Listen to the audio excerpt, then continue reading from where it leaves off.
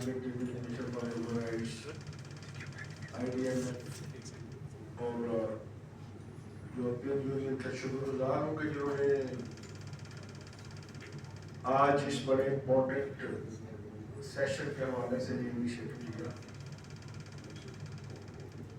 کیونکہ جب اس طرح کے کچھ سیشن کال ہوتے ہیں تو احساس ہوتا ہے کہ پاکستان میں کوئی ہیومن رائٹس نام کی کچھ ہوگی، اس لیے شاید سیمینار کی ضرورت پڑی ہے۔ کیونکہ اگر ہم پریکٹیکلی اگر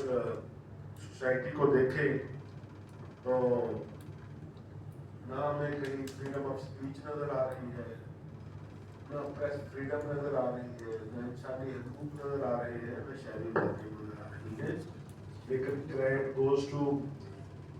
دیز آرگنائزیشن کہ جو کم از کم ہیمپریک تو کر رہی ہے۔ بھائی یہ جو چیزیں ہیں تو ان چیزوں کو عمل درآمد کے حوالے سے بھی آگے بڑھنا چاہیے۔ کمال الدین ٹیپو صاحب آئے ہیں، یہ دہلی سیفٹی کمیشن کی چیئرپرسن ہیں، اور چوئی صاحب جب ہیومن رائٹس کے جہاں ممبر تھے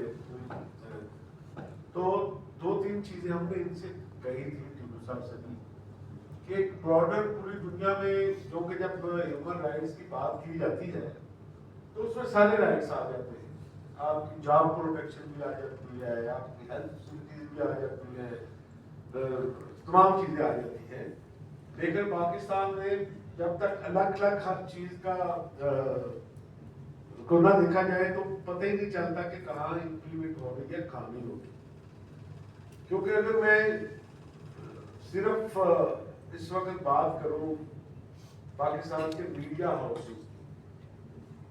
تو باقی تو چھوڑے کہ بھائی پریکٹیکلی سیٹ کی ریٹ وہاں شروع ہوتی ہے جہاں اسٹیٹ کی ختم ہوتی ہے۔ ہمیں تو آج تک اسٹیٹ سے ہی کلیئر نہیں دیا کہ آپ اگر اشتہاری پارٹی ہے اور آپ بوتل میں زہر بھر کر مارکیٹ میں بیچنا شروع کر دیں تو اسٹینڈنگ آرڈر ہوگا کہ آپ کے خلاف خبر نہیں چل سکتی۔ تو اسٹیٹ کے معاملات تو جا کے بعد میں شروع ہوتے ہیں کہ چلو کوئی بڑا سینسٹیو میٹر ہوگا، وہاں اسٹیٹ آ کے کہے کہ بھائی یہ نہیں کرنا، یہ نہیں کرنا۔ یہاں تو یہ ہے کہ سیٹ تو جو ہے وہ اب بات کا دے کہ پٹواری سیٹ کے باری ہوتا ہے کہ اگر آپ نے ہاؤسنگ سوسائٹی چلانی ہے، ساتھ ٹی وی چینل چلانا ہے تو آپ کو پٹواری سے نہیں بگاڑ سکتے، ٹھیک ہے۔ تو اس لیے پاکستان کے میڈیا کو بڑے عجیب و غریب چیلنجز کا اس وقت سامنا ہے۔ تو اس لیے میری ہمیشہ اس فورم پہ یہ ریکویسٹ ہوتی ہے کہ جاب پروٹیکشن کو ہر فورم پہ آپ کو پہلے رکھنا چاہیے، اور پھر بڑا عجیب و غریب لگتا ہے یہ مطالبہ کہ میں کہوں کہ وقت میں تنخواہ ملنی چاہیے۔ بھائی یہ مطالبہ کرنے والا ہے پوری دنیا میں، کہیں انسانوں کے معاشرے میں کوئی بندہ یہ مطالبہ کرے کہ جس بندے نے مہینہ کام کیا اسے تنخواہ دے دے۔ کوئی لوگ سمجھے کہ آپ جنگل میں رہتے ہیں، آپ کس معاشرے میں رہتے ہیں کہ آپ مہینہ کام کرنے کے بعد بھی یہ مطالبہ کر رہے ہیں کہ خدا را مجھے میری تنخواہ دے دے، میں نے جو مہینہ کام کیا ہے۔ تو اس لیے ہم جب امریکن سسٹم کو دیکھتے ہیں، یورپین سسٹم کو دیکھتے ہیں، یو کے کو یا ترقی یافتہ ممالک کو دیکھتے ہیں، تو ہم اپنے سیمینار بھی انہی موضوعات پر کراتے ہیں جہاں امریکہ میں ضرورت ہوگی جن ایشوز کی، یورپ میں ضرورت ہوگی جن ایشوز کی، یو کے میں ہوگی۔ بھائی ہم تو ابھی اللہ بے پہ کھڑے ہیں، وہ تو زی کے قریب اے بی سی پہ کھڑے ہیں، وہ زیڈ کے قریب پہنچ چکے ہیں۔ یہ بات ظفر اللہ صاحب کی ٹھیک ہے کہ کسی بھی ملک میں 100% ہیومن رائٹس نہیں ہے، لیکن اگر زیڈ تک نہیں ہوں گے تو کم از کم وائی تک ہوں گے، تو اس کے قریب ہوں گے۔ تو ابھی ہم تو اے بی سی ڈی پہ کھڑے ہوتے ہیں، اور تھوڑا سا ای کی جانب بڑھتے ہیں تو پھر کھینچ کے پیچھے لے جاتے ہیں کہ بھائی آگے بیریئر ہے۔ خدا کے خوف کرو، آپ پاکستان میں رہتے ہوئے کدھر آگے بڑھ رہے ہو۔ تو بہرحال میں سمجھتا ہوں کہ پاکستان کی یہ جو سول سوسائٹی ہے، پاکستان کی جو آرگنائزیشن ہے، ان کو یہ کریٹ جاتا ہے کہ